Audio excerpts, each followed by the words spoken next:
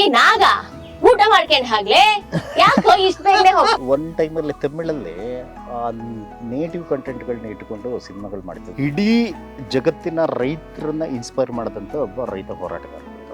ಯಾಕೆಂದರೆ ನಿಮ್ಗೆ 500 ಜನ ರೈತರನ್ನ ಫಾರಿನ್ ಕರ್ಕೊಂಡೋಗಿ ಗ್ಲೋಬಲೈಸೇಷನ್ ಮತ್ತು WTO ಅಂದರೆ ವರ್ಲ್ಡ್ ಟ್ರೇಡ್ ಆರ್ಗನೈಸೇಷನ್ ವಿರುದ್ಧ ಪ್ರತಿಭಟನೆ ಮಾಡಿ ಬರ್ತಾರೆ. ಡ್ರೀಮ್ ರೋಲ್, ಡ್ರೀಮ್ ಕ್ಯಾರೆಕ್ಟರ್ ಆ ಥರದ್ದು ಯಾವುದಾದ್ರೂ ನಾನು ಮಾಡಬೇಕು ಅನ್ನೋದು ಇದುವರೆಗೂ ಇದೆಯಾ? ಬಟ್ ಅವೆಲ್ಲ ತುಂಬಾ ದೊಡ್ಡ ದೊಡ್ಡ ಪಾತ್ರಗಳು. ಕೆರೆ ಬದಿಯಲ್ಲಿ ಕುತ್ಕೊಂಡೆ ಬೇಟೆ ಆಡ್ತಾರೆ ಅಂತ ಹೇಳಿ ಕೆರೆಯಲ್ಲಿ ಏನ್ ಸಿಗುತ್ತೆ? ಮೀನ್ ಸಿಗುತ್ತೆ. ಅದೇ ಬೇಟೆ ಆಡೋದು, ಅದೇ ಬೇಟೆ.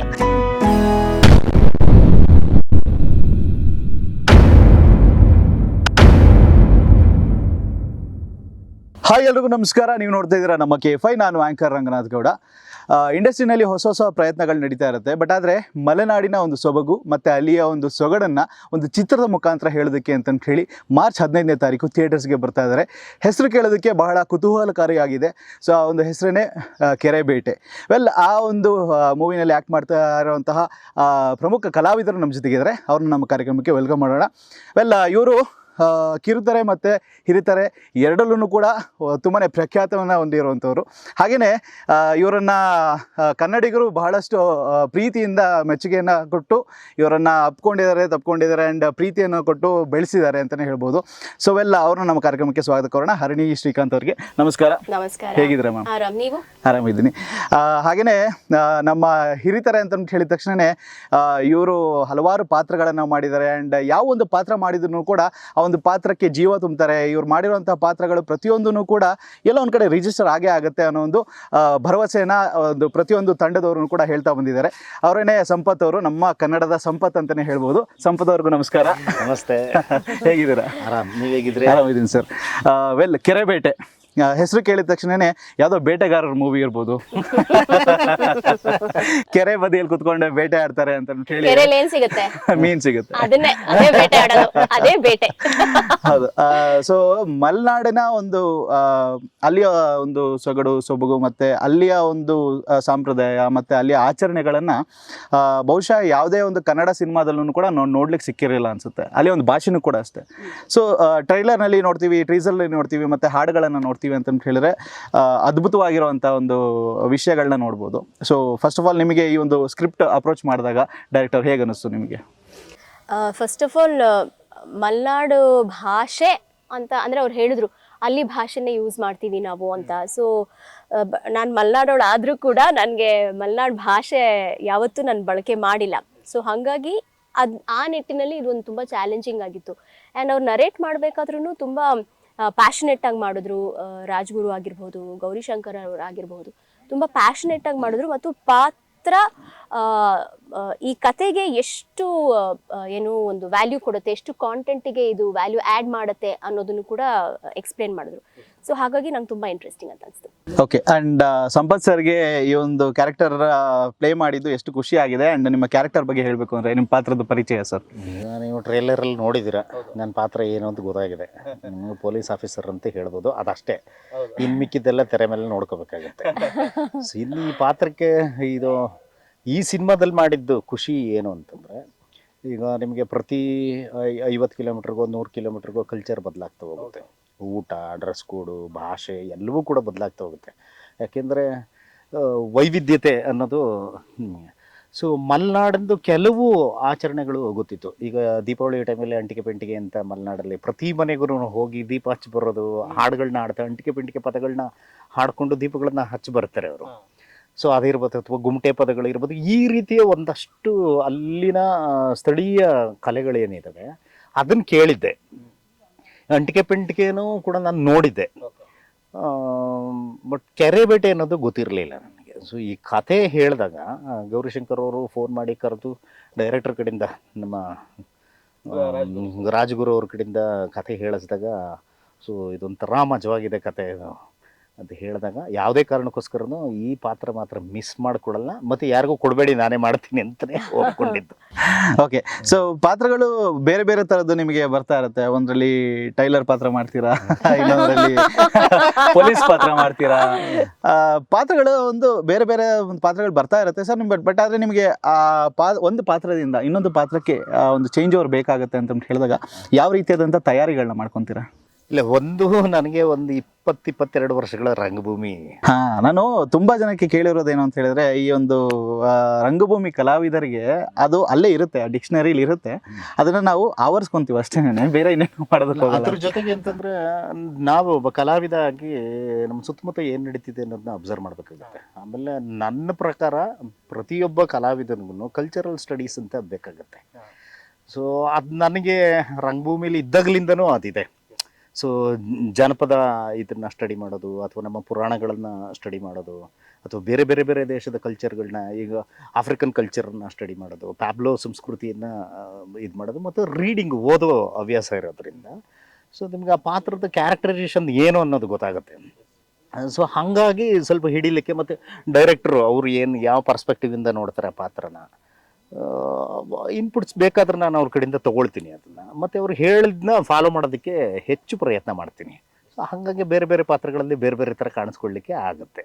ಓಕೆ. ಆ್ಯಂಡ್ ಡೈರೆಕ್ಟರ್ದು ಮೊದಲನೇ ಸಿನಿಮಾ ಇದು ಮುಖ್ಯ ಭೂಮಿಕೆ ಅಂದರೆ ಲೈಕ್ ಮೇಯ್ನ್ ಆಗಿ ಅವ್ರು ಡೈರೆಕ್ಟ್ ಮಾಡ್ತಿರೋಂಥ ಮೊದಲನೇ ಸಿನಿಮಾ ಆಗಿರೋದ್ರಿಂದ ಹೊಸಬ್ರು ಒಂದು ಹೊಸನ ತರ್ತಾರೆ, ಒಂದು ಹೊಸ ಪ್ರಯತ್ನಗಳನ್ನ ಮಾಡ್ತಾ ಇರ್ತಾರೆ. ಬಟ್ ಹೊಸ ಪ್ರಯತ್ನಗಳು ಎಲ್ಲೋ ಒಂದು ಕಡೆ ಎಡಬಿಟ್ರೆ ಏನಾಗುತ್ತೆ, ಅಯ್ಯೋ ಅಂತ ಹೇಳಿ ಯಾವಾಗಲಾದ್ರೂ ಕ್ವಶನ್ ಬರುತ್ತಾ ನಿಮಗೆ? ಅಂದರೆ ಪ್ರತಿಯೊಬ್ಬರಿಗೂ ಒಂದು ರಿಸ್ಕ್ ಫ್ಯಾಕ್ಟರ್ ಅಂತ ತಗೊಳ್ಳೇಬೇಕಾಗತ್ತೆ. ರಿಸ್ಕ್ ಇಲ್ಲದೆ ನಾವು ಏನೂ ಅಚೀವ್ ಮಾಡೋಕ್ಕಾಗೋದೇ ಇಲ್ಲ ಅಲ್ವಾ? ಸೊ ಹಾಗಾಗಿ ಯಾರೋ ಒಂದು ಹೊಸ ತಂಡ ಬರ್ತಿದೆ ಅಂದಾಗಲೇ ಅದೊಂದು ಚಾಲೆಂಜ್ ನಮ್ಮಲ್ಲಿ ಬರುತ್ತೆ. ಸೊ ಅಂದರೆ ಅವ್ರ ಕಡೆಯಿಂದ ನಮ್ಗೆ ಎಷ್ಟು ಸಪೋರ್ಟ್ ಸಿಗುತ್ತೆ ಫಾರ್ ದ ಕ್ಯಾರೆಕ್ಟರ್, ನಾವು ಆ ಕ್ಯಾರೆಕ್ಟರ್ಗೆ ಎಷ್ಟು ಕೊಡಬಹುದು, ಆ್ಯಂಡ್ ಅವ್ರದ್ದು ಒಂದು ಚೌಕಟ್ಟಿರುತ್ತಲ್ಲ, ಈ ಪಾತ್ರ ಹೀಗಿರಬೇಕು ಅಂತ ಚೌಕಟ್ಟಿರುತ್ತೆ. ಸೊ ಅದನ್ನು ಅವ್ರು ಎಕ್ಸ್ಪ್ಲೇನ್ ಮಾಡಿದಾಗ ನನ್ನ ಕಡೆಯಿಂದ ನಾನು ಅದಕ್ಕೇನು ಕೊಡೋಕ್ಕೆ ಸಾಧ್ಯ ಆಗತ್ತೋ, ನಾನು ಮೂಲತಃ ಡಾನ್ಸರ್ ಆಗಿರೋದ್ರಿಂದ ಫ್ರಮ್ ಡಾನ್ಸರ್ ಪರ್ಸ್ಪೆಕ್ಟಿವ್ ನೋಡಿಕೊಂಡ್ರೆ ಅಲ್ಲಿ ನನಗೆ ಡಾನ್ಸರ್ ಆಗಿ ನಾನು ಪ್ರತಿಯೊಂದು ಪಾತ್ರನೂ ಸೋಲೋ ಡಾನ್ಸ್ ಮಾಡ್ಬೇಕಾದ್ರೆ ಪ್ರತಿಯೊಂದು ಪಾತ್ರನೂ ನಾವೇ ಆಗ್ತೀವಿ. ನಾವು ಇದು ತಗೊಂಡಾಗ, ಪುರಾಣ ತಗೊಂಡಾಗ, ಅಥವಾ ಯಾವುದೇ ಪದಂ ತಗೊಂಡಾಗ, ಅಥವಾ ದೇವರನಾಮ ತಗೊಂಡಾಗ ಕೃಷ್ಣನೂ ನಾನೇ ಆಗ್ತೀನಿ, ಯಶೋಧೆನೂ ನಾನೇ ಆಗ್ತೀನಿ, ಕೃಷ್ಣನೂ ನಾನೇ ಆಗ್ತೀನಿ, ದ್ರೌಪದಿನೂ ನಾನೇ ಆಗ್ತೀನಿ, ರಾವಣನೂ ನಾನೇ ಆಗ್ತೀನಿ. ಸೊ ಆ ಥರದ್ರಲ್ಲಿ ಆ ಪಾತ್ರಗಳನ್ನ ಮೈಂಡಲ್ಲಿ ಇಟ್ಕೊಂಡು ಮೇ ಬಿ ಎಲ್ಲೋ ಒಂದು ಕಡೆ ನನಗೆ ಗೊತ್ತಿಲ್ಲದೆ ಅದೇನಾದರೂ ಹೆಲ್ಪ್ ಆಗ್ತಾ ಇದೆಯೋ ಅಂತ ಅನ್ಸುತ್ತೆ. ಬಟ್ ಡೆಫಿನೆಟ್ಲಿ ನಿರ್ದೇಶಕರ ಕಡೆಯಿಂದ ಅವ್ರಿಗೆ ಏನು ಬೇಕು ಅನ್ನೋದನ್ನ ಫಸ್ಟ್ ತಿಳ್ಕೊಳ್ಬೇಕಾಗತ್ತೆ ನನಗೆ. ಅವಾಗ ಬಿಕಾಸ್ ನಾನು ಈ ಥರ ಸರ್ ಥರ ಅನುಭವ ನನಗಿಲ್ಲ. ಆ್ಯಂಡ್ ಐ ಮೀನ್ ಅವ್ರು ಇವಾಗ ಹೇಳ್ಬೇಕಾದ್ರೆ ಸಾಕಷ್ಟು ನಾನು ಕಲ್ತ್ಕೊಂಡೆ. ಅವ್ರೀಗ ಮಾತಾಡುವಾಗ ಕಲ್ಚರ್ನ ಸ್ಟಡಿ ಮಾಡಬೇಕಾಗತ್ತೆ, ಬುಕ್ಸು, ಮತ್ತು ಯಾವ ಥರ ಅಪ್ರೋಚ್ ಮಾಡ್ಬೋದು ಪಾತ್ರನ ಅಂತ ನಾನು ಸರ್ ಕಲ್ತ್ಕೊಂಡೆ sir. Thank you very much. So that also helps. ಅಂದರೆ ಈ ಥರದವ್ರ ಜೊತೆ ಆ್ಯಕ್ಟ್ ಮಾಡಿದಾಗಲೂ ಕೂಡ ನಾವು ಅಂದರೆ ಆ್ಯಕ್ಷನ್ ಬಂದಾಗ ರಿಯಾಕ್ಷನ್ ಹೇಗಿರುತ್ತೆ ಅನ್ನೋದು ತುಂಬಾ ಹೆಲ್ಪ್ ಆಗುತ್ತೆ. ಅಂಡ್ ನಿಮ್ಮಿಬ್ಬರ ಪಾತ್ರ ಇದರಲ್ಲಿ ಮುಖಾಮುಖಿ ಆಗುತ್ತಾ? ಯಾಕೆ ಅಂತ ಹೇಳಿದ್ರೆ ಈಗ ನಮ್ಮ ಕನ್ನಡದಲ್ಲಿ ಕೆಲವು ಕಲಾವಿದರು ಹೆಂಗೆ ಅಂತ ಹೇಳಿದ್ರೆ ಒಂದು 400-500 ಸಿನಿಮಾಗಳನ್ನ ಮಾಡಿದ್ದಾರೆ. ಅವ್ರು ಇದ್ರೆ ಒಂಥರ ಸಕ್ಸಸ್ ರೇಷಿಯೋ ಜಾಸ್ತಿ ಇರುತ್ತೆ ಅಂತಾನೆ ಹೇಳ್ಬೋದು. ರಂಗಾಯಣ ರಘು ಸರ್, ರಾಜೇಶ್ ನಟರಂಗು, ಗೋಪಾಲ್ ಕೃಷ್ಣ ದೇಶಪಾಂಡೆ ಅವರು.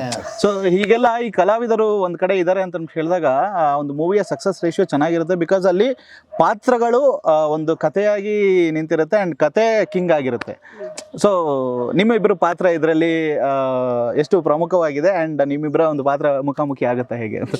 ಖಂಡಿತ ಮುಖಾಮುಖಿ ಆಗುತ್ತೆ. ಆದ್ರೆ ಹೇಗೆ ಮುಖಾಮುಖಿ ಆಗಿತ್ತು ಅನ್ನೋದನ್ನ ನಾವು ಹೇಳಕ್ ನಾನು ಸ್ಟೋರಿ ನರೇಟ್ ಮಾಡಿದಾಗ ಇವ್ರ ಜೊತೆ ಅದು ಹೇಗ್ ಬರುತ್ತೆ ಆ ಸೀನ್ ಅನ್ನೋದನ್ನ ನಾನು ತುಂಬಾ ಕಾತರದಿಂದ ಕಾಯ್ತಾ ಇದ್ದೆ.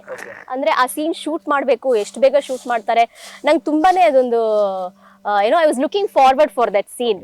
ಅಂಡ್ ಸರ್ ಇಂದ ಅದು ನನ್ನ ರಿಯಾಕ್ಷನ್ಗೆ ತುಂಬಾನೇ ಹೆಲ್ಪ್ ಆಗಿದೆ. ಅವ್ರು ಪ್ರತಿ ಸಲ ಡೈಲಾಗ್ ಹೇಳ್ಬೇಕಾದ್ರೂ ಹೇಳ್ತಾ ಇದ್ರು. ಈವನ್ ಅವ್ರು ಇಲ್ದೇ ಇರುವಾಗ್ಲೂ ನಂದು ಬರೀ ರಿಯಾಕ್ಷನ್ ತಗೊಳ್ಬೇಕಾದ್ರೂ ಅವರೇ ಡೈಲಾಗ್ ಹೇಳ್ತಾ ಇದ್ರು. ಸೊ ಚೆನ್ನಾಗಿತ್ತು ಸರ್, ಚೆನ್ನಾಗಿತ್ತು ಸೀನ್. ಹಾಗೆ ಒಬ್ಬ ಕಲಾವಿದನಿಗೆ ಯಾವುದೇ ಪಾತ್ರ ಬಂದ್ರೂ ಕೂಡ ಅಂದ್ರೆ ಕಲಾವಿದರು ಸ್ವಾರ್ಥಿಗಳು, ಪಾತ್ರ ಸ್ವೀಕಾರ ಮಾಡೋದ್ರಲ್ಲಿ ಸ್ವಾರ್ಥಿಗಳು ಅಂತ ಹೇಳ್ತಾರೆ. ಇದು ಬಂದ್ರೂ ಕೂಡ ನಾನು ಸ್ವೀಕಾರ ಮಾಡ್ತೀನಿ ಅನ್ನೋಂಥದ್ದು. ನಿಮ್ಗೆ ಯಾವ್ದಾದ್ರು ಒಂದು ಡ್ರೀಮ್ ರೋಲ್, ಡ್ರೀಮ್ ಕ್ಯಾರೆಕ್ಟರ್ ಆ ಥರದ್ದು ಯಾವ್ದಾದ್ರು ನಾನು ಮಾಡಬೇಕು ಅನ್ನೋದು ಇದುವರೆಗೂ ಇದೆಯಾ ಹೇಗೆ ಅಂತ? ಇದೆ, ಬಟ್ ಅವೆಲ್ಲ ತುಂಬಾ ದೊಡ್ಡ ದೊಡ್ಡ ಪಾತ್ರಗಳು. ಹೇಳ್ಬೋದು, ಪರವಾಗಿಲ್ಲ ಸರ್. ಯಾರಿಗೆ ಗೊತ್ತು ಈ ವಿಡಿಯೋ ಮುಖಾಂತರ ನಮಗೆ ಬಯೋಪಿಕ್ಗಳಲ್ಲಿ ಪಾತ್ರಗಳು ಮಾಡ್ಬೇಕಂತ ಬಹಳ ಆಸೆ ಇದೆ. ಯಾಕಂದ್ರೆ ನಮ್ಮಲ್ಲಿ ಬಯೋಪಿಕ್ಕೇ ಆಗಲ್ಲ. ಈಗ ನೋಡಿ, ನಮ್ಮಲ್ಲಿ ಒಬ್ರು ಪ್ರೊಫೆಸರ್ ನಂಜುಂಡಸ್ವಾಮಿ ಅಂತ ಒಬ್ರು ಇದ್ರು, ನೀವು ಕೇಳಿರ್ತೀರ ಅನ್ಕೊಳ್ತೀನಿ. ಇಡೀ ರೈತ ಸಂಘವನ್ನ ಕಡ್ದಂಥವ್ರು, ಇಡೀ ಜಗತ್ತಿನ ರೈತರನ್ನ ಇನ್ಸ್ಪೈರ್ ಮಾಡಿದಂಥ ಒಬ್ಬ ರೈತ ಹೋರಾಟಗಾರ. ಯಾಕೆಂದ್ರೆ ನಿಮ್ಗೆ 500 ಜನ ರೈತರನ್ನ ಫಾರಿನ್ ಕರ್ಕೊಂಡೋಗಿ ಗ್ಲೋಬಲೈಸೇಷನ್ ಮತ್ತು WTO ಅಂದರೆ ವರ್ಲ್ಡ್ ಟ್ರೇಡ್ ಆರ್ಗನೈಸೇಷನ್ ವಿರುದ್ಧ ಪ್ರತಿಭಟನೆ ಮಾಡಿ ಬರ್ತಾರೆ ಅವರು.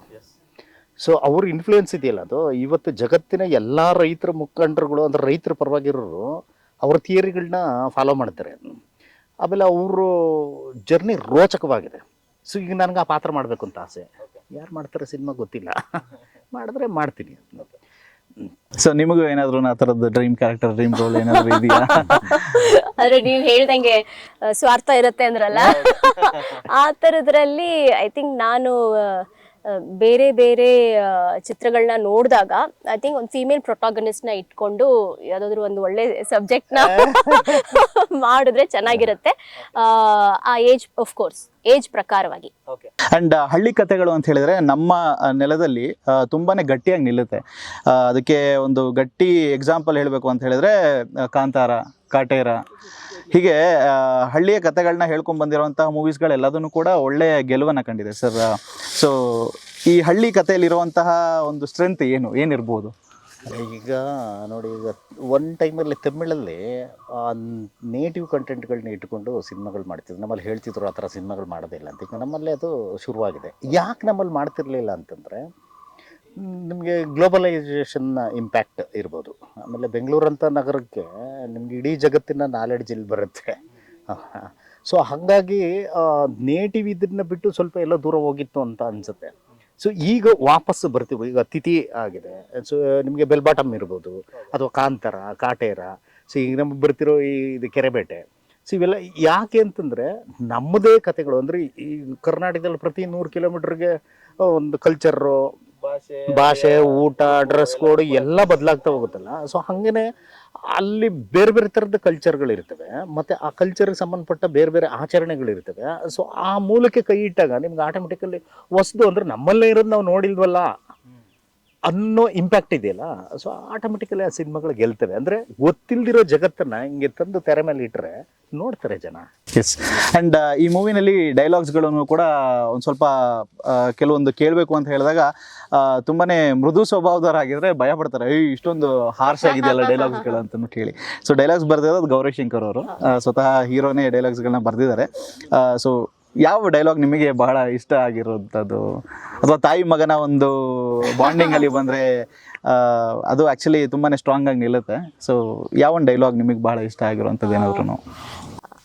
ಅಂದರೆ ಇದೊಂಥರ ಭಾಷೆ ಅಂದರೆ ನಾ ಹೇಳಿದ್ನಲ್ಲ, ನನಗೆ ಸ್ವಲ್ಪ ಚಾಲೆಂಜಿಂಗ್ ಆಗಿತ್ತು ಈ ಮಲೆನಾಡು ಭಾಷೆ. ನಾಗ ಊಟ ಮಾಡ್ಕೊಂಡು ಹಾಗ್ಲೇ ಯಾಕೋ ಇಷ್ಟು ಬೇಗನೆ ಅಂದರೆ ಮಾಡ್ಕೊಂಡು ಆ ಥರದ್ದಲ್ಲ. ಸೊ ಅದೇನಂದರೆ ಎಲ್ಲೋ ಒಂದು ಕಡೆ ಅದು ತುಂಬ ಏನಂತಾರೆ ಏನು ನಾಟಕೀಯವಾಗಿ ಕೇಳಿಸ್ಬಾರ್ದು. ಇಟ್ ಹ್ಯಾಸ್ ಟು ಬಿ ಸಹಜವಾಗಿ ಬರಬೇಕು. ಸೊ ಅದು I think it was challenging. ಈ ಸಿಟಿ ಕಡೆಯವರು ಹಳ್ಳಿ ಭಾಷೆ ಒಂದು ಸ್ವಲ್ಪ ಮಾತಾಡ್ತೀವಿ ಅಂತ ಹೋದಾಗ ಅದು ನಾಟಕೀಯವಾಗಿ ಗೊತ್ತಾಗ್ಬಿಡುತ್ತೆ. ಬಟ್ ನೀವು ಪರ್ಫಾರ್ಮ್ ಮಾಡ್ತಾ ಇರ್ಬೇಕಾದ್ರೆ ಅಷ್ಟು ರಿಯಲಿಸ್ಟಿಕ್ ಆಗಿರ್ಬೇಕು. ಎಷ್ಟು ರಿಯಲಿಸ್ಟಿಕ್ ಆಗಿರ್ಬೇಕು ಅಂದ್ರೆ ನೀವು ಅದನ್ನ ಯಾರೋ ಹೇಳ್ಕೊಟ್ಬಿಟ್ಟು ಹೇಳಿಸ್ತಾ ಇದಾರೆ ಅನ್ನೋ ಥರ ಇರಬಾರ್ದು. But of course I have to mention, Gauri ಅವರು ತುಂಬಾನೇ ಇದಕ್ಕೆ ಮುತುವರ್ಜಿಯನ್ನು ತಗೊಂಡು ಪ್ರತಿಯೊಬ್ಬ ಕಲಾವಿದ್ರಿಗೂ, ಅಂದ್ರೆ ಆ ಸ್ಲ್ಯಾಂಗ್ ಗೊತ್ತಿಲ್ಲದೆ ಇರುವಂತಹ ಕಲಾವಿದರಿಗೆ ತುಂಬಾನೇ ಅವರು ಹೆಲ್ಪ್ ಮಾಡಿದ್ದಾರೆ ಶೂಟಿಂಗ್ ಟೈಮಲ್ಲಿ, ಡಬ್ಬಿಂಗ್ ಟೈಮಲ್ಲಿ. ಸೊ ಹಾಗಾಗಿ I think we have achieved ಅಂತ ಅನ್ಸುತ್ತೆ. ಓಕೆ. ಸೊ ಇಬ್ರು ವೆಜಿಟೇರಿಯನ್, ನಾನ್ ವೆಜಿಟೇರಿಯನ್? ವೆಜಿಟೇರಿಯನ್. ಅಲ್ಲ, ಕೆರೆ ಬೇಟೆ ಅಂತ ಹೇಳಿದ ತಕ್ಷಣನೇ ಮೀನಿನ ಬೇಟೆಗಳನ್ನ ಆಡ್ಬಿಟ್ಟು, ಸೊ ಮೀನ್ನ ತಿಂದಾದ್ಮೇಲೆ ನೀರು ಕುಡಿದ್ರ ಹೊಟ್ಟೆಗಳು ಗುಡುಗುಡು ಅಂತ ಸೌಂಡ್ ಮಾಡ್ತಾ? ಈಗ ಅದು ಸಿನಿಮಾ ನೋಡ್ಬೇಕು, ಮೀನ್ ತಿಂದ್ಮೇಲೆ ನೀರು ಕುಡಿದ್ವಾ ಇಲ್ಲ ಅಂತ. ಓಕೆ. ಅಂಡ್ ಇತ್ತೀಚೆಗೆ ಇಂಡಸ್ಟ್ರಿನಲ್ಲಿ ಹೊಸ ಪ್ರಯತ್ನಗಳು ನಡೀತಾ ಇದೆ. ನೆಕ್ಸ್ಟ್ ಪ್ರಾಜೆಕ್ಟ್ಸ್ಗಳು ಯಾವ್ದಾವ್ದು ಇದೆ ನಿಮ್ಮದು ಆಕ್ಚುಲಿ? ಹೇಳಿ ಮೇಡಮ್, ಅವ್ರಿಗೆ ಸಾಲ ಇಲ್ಲ ಹಾಗೇನಿಲ್ಲ. ಲೈನ್ ಮ್ಯಾನ್ ಇದೆ, ಅಂಡ್ ಸ್ಕ್ಯಾಮ್ 1770 ಅಂತ ಇದೆ, ಆಮೇಲೆ ಅಪಾಯವಿದೆ ಎಚ್ಚರಿಕೆ ಅಂತ. ಏನಿಲ್ಲ ಅಂತ 3 ಲಿಸ್ಟ್ ಕೊಟ್ಬಿಟ್ರೆ. ಎಸ್. ಹಾಗೇನೆ ನಿಮಗೆ ಸರ್, ನಿಮ್ಮ ಒಂದು ಲಿಸ್ಟ್ನಲ್ಲಿ, ನಿಮ್ಮ ಒಂದು ಬದುಕಿಯಲ್ಲಿ ಯಾವ ಸಿನಿಮಾಗಳಿದೆ ಸರ್? ಈಗ ಬಿಡುಗಡೆಗೆ ಸಿದ್ಧ ಇರೋದು ಒಂದು ಕಲ್ಸಕ್ರೆ, ಒಂದು ಮಾರಿಗೋಲ್ಡ್, 3ನೇ ಕೃಷ್ಣಪ್ಪ, ಮತ್ತೆ 4 ಅಂತ ಒಂದು ಸಿನಿಮಾ ಇದೆ. ಲಿಸ್ಟ್ ಜಾಸ್ತಿ ಇದೆ ಅಲ್ಲಿ. ಅನ್ನ ಅಂತ ಒಂದು ಸಿನಿಮಾ ಇದೆ. ಮತ್ತು ಬೇಲಿ ಹೂ ಅಂತೂ ಒಂದು ಎಲ್ಲ ಬಿಡುಗಡೆಗೆ ರೆಡಿ ಇದ್ದಾವೆ ಒಂದಷ್ಟು, ಮತ್ತು ಒಂದಷ್ಟು ಪೋಸ್ಟ್ ಪ್ರೊಡಕ್ಷನ್ನಲ್ಲಿದ್ದಾವೆ, ಮತ್ತು ಒಂದು ಧರಣಿ ಅಂತ ಒಂದು ಸಿನಿಮಾ ಶೂಟಿಂಗಲ್ಲಿದೆ. ಸೊ ಇನ್ನೊಂದು 2 ಈಗ ಶುರುವಾಗ್ತಿದ್ದಾವೆ ಮುಂದಿನ ತಿಂಗಳಿಂದ. ಸೊ ಹಿಂಗೆ ನಡೀತಾ ಇದೆ. ಎಸ್, ಒಳ್ಳೇದಾಗಲಿ ಸರ್. ಆ್ಯಂಡ್ ಹೊಸ ಹೊಸ ಪ್ರಯತ್ನಗಳು ನಡೀಲಿ. ಆ್ಯಂಡ್ ಅದ್ರ ಜೊತೆಗೆ ನೀವು ಹೊಸಬ್ರ ಜೊತೆ ಕೈ ಜೋಡಿಸ್ತಿರಲ್ಲ, ಅದು ಆ್ಯಕ್ಚುಲಿ ತುಂಬಾ ಖುಷಿ ಆಗುವಂಥದ್ದು. ಸೊ ಎಲ್ಲ ಹೊಸಬ್ರಿಗೂ ಕೂಡ ನಿಮ್ಮ ಒಂದು ಸಪೋರ್ಟಿನ ಜೊತೆಗೆ ಕನ್ನಡಿಗರ ಒಂದು ಸಪೋರ್ಟ್ ಇದ್ದರೆ ಮೂವೀಸ್ಗಳು ಎಲ್ಲದೂ ಕೂಡ ಬಹಳಷ್ಟು ಅದ್ಭುತವಾಗಿ ಮೂಡಿಬರುತ್ತೆ ಅಂತಲೇ ಹೇಳ್ಬೋದು. ಆ್ಯಂಡ್ ಮಾರ್ಚ್ 15ನೇ ತಾರೀಕು ಅಕಸ್ಮಾತಾಗಿ ಕೆರೆಬೇಟೆ ಸಿನಿಮಾನ ಕನ್ನಡಿಗರು ನೋಡಲಿಲ್ಲ ಅಂತೇಳಿದರೆ ಏನನ್ನ ಮಿಸ್ ಮಾಡ್ಕೊತಾರೆ? ನನಗನ್ಸೋ ಪ್ರಕಾರ ಒಂದು ಒಳ್ಳೆ ಕತೆ ಮತ್ತು ಒಳ್ಳೆ ಪರ್ಫಾರ್ಮೆನ್ಸ್. ಅಷ್ಟೂ ಜನ ಪಾತ್ರಧಾರಿಗಳು, ಈಗ ಹರಡಿ ಮೇಡಮ್ ಇರ್ಬೋದು, ನಮ್ಮ ಗೋಪಾಲ್ ಕೃಷ್ಣ ದೇಶಪಾಂಡೆ ಅವರು ಇರ್ಬೋದು, ಅಥವಾ ಗೌತಮ್ ಅಂತ ಒಬ್ರು ಇದ್ದಾರೆ, ಅಥವಾ ನಮ್ಮ ಹೀರೋರು ಇರ್ಬೋದು, ಅಥವಾ ಬಿಂದುಹರಿ ಇರ್ಬೋದು. ಆಯಿತು, ನಾನು ಇರ್ಬೋದು. ಅದು ನಮಗೆ ಗೊತ್ತಾಗಲ್ಲ, ಅದು ನಾವು ಸಿನಿಮಾ ನೋಡಿದ್ಮೇಲೆ ಗೊತ್ತಾಗೋದು ಹೇಗೆ ಮಾಡಿದ್ದೀವಿ ಅಂತ.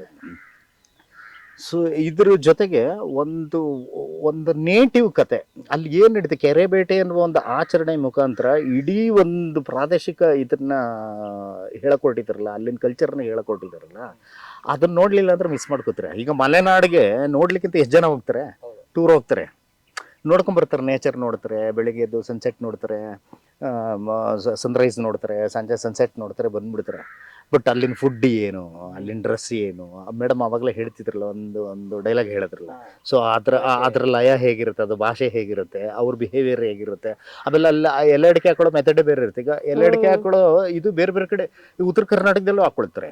ನಮ್ಗೆ ಆಕ್ಟ್ ಮಾಡೋಕ್ ಮುಂಚೆ ಎಲ್ಲೆಡ್ಗೆ ಹಾಕ್ಸ್ತಾ ಇದ್ರು. ಸೊ ನಿಮಗೆ ಮಲೆನಾಡಲ್ಲಿ ಎಲ್ಲಡಿಕೆ ಹಾಕೋ ಮೆಥಡೇ ಬೇರೆ. ಸೊ ಈ ಥರದ್ದೆಲ್ಲ ಸೂಕ್ಷ್ಮವಾದ ವಿಷಯಗಳನ್ನ ಸಿನಿಮಾ ನೋಡಲಿಲ್ಲ ಅಂದ್ರೆ ಮಿಸ್ ಮಾಡ್ಕೊಂಡ್ಬಿಡ್ತಾರೆ.